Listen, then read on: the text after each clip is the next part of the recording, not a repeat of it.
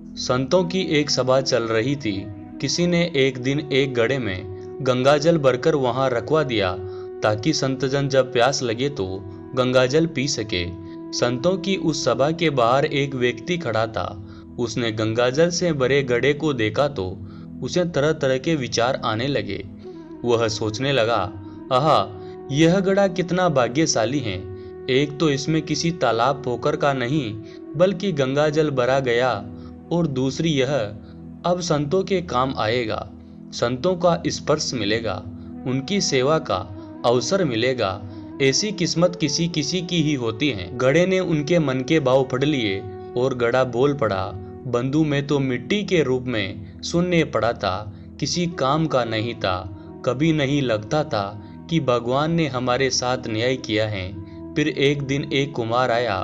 उसने पावड़ा मार मार कर हमको खोदा और गधे पर लाद कर अपने घर ले गया। वहां ले जाकर हमको उसने रौंदा, फिर पानी डालकर गुथा, चाक पर चढ़ाकर तेजी से घुमाया, फिर गला काटा, फिर थापी मार मार कर बराबर किया। बात यह नहीं रुकी। उसके बाद आवे के आगे में जोक दिया जलने को। इतना कष्ट सहकर बाहर निकला तो गधे पर लाद कर उसने मुझे बाजार में बेच दिया। वहां भी लोग ठोक ठोक कर देख रहे थे कि ठीक है कि नहीं। ठोकने पीटने के बाद मेरी कीमत लगाई भी तो क्या, बस 20-30 रुपए। मैं तो पल पल यही सोचता रहा कि हे ईश्वर, सारे अन्याय मेरे साथ ही करना था। रोज एक नया कष्ट, एक नई पीड़ा देते हो। मेरे साथ बस अन्याय ही अन्याय होना लिखा है। भगवान ने कृपा करने की भी योजना बनाई है। यह बात थोड़े ही मालूम पड़ती है।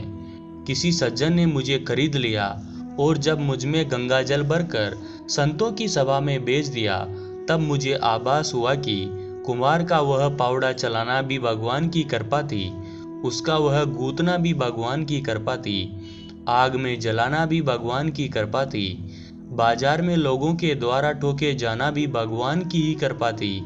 अब मालूम पड़ा कि सब भगवान की ही कृपा थी। परिस्थितियां हमें तोड़ देती हैं, विचलित कर देती हैं, इतनी विचलित कर देती हैं कि भगवान के अस्तित्व पर भी प्रश्न उठाने लगते हैं। क्यों हम सब में शक्ति नहीं होती ईश्वर की लीला समझने की, भविष्य में क्या होने वाला है उसे देखने की।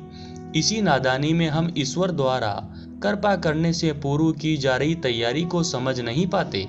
बस कोसना शुरू कर देते हैं कि सारे पूजा पाठ, सारे जतन कर रहे हैं, फिर भी ईश्वर है कि प्रसन्न होने और अपनी कृपा बरसाने का नाम ही नहीं ले रहा।